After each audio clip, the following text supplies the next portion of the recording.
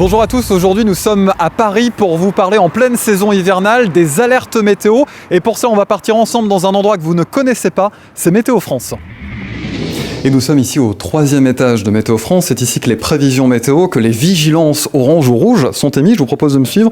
On rentre ici dans la sorte de tour de contrôle de Météo France. C'est ici que les prévisions sont envoyées notamment aux médias, les vigilances également. Et justement, une question concernant la vigilance, on va vous la poser à vous, François Jobard. Bonjour. Vous êtes ingénieur prévisionniste. Alors tout d'abord, qu'est-ce qu'une vigilance météo ? Une vigilance météo, c'est un système d'alerte pour prévenir la population de phénomènes météorologiques exceptionnels, potentiellement dangereux. Donc, ce système d'alerte est délivré donc à destination du grand public par le biais des médias et aussi à destination des services de l'État. Alors, comment vous décidez justement d'émettre une vigilance ?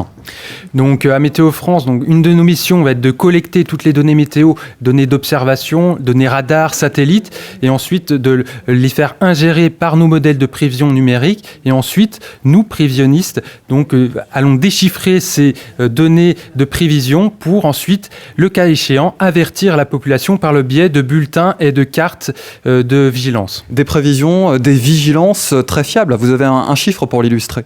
Alors, en 2017, il y a eu 78 épisodes de vigilance orange ou rouge, et sur ces 78 épisodes, donc 80% d'entre eux ont été avérés, ont été confirmés. 80% de fiabilité maximale. Merci beaucoup François Jobard, d'où l'importance de bien considérer les vigilances météorologiques qui sont lancées tout au long de l'année, mais ici en particulier en hiver, pour éviter des accidents, des bouchons, voire des blocages lorsque la neige ou le verglas s'invite. Vous avez différents moyens de vous informer. Le site météofrance.fr, nos réseaux sociaux et bien sûr la fréquence 107.7.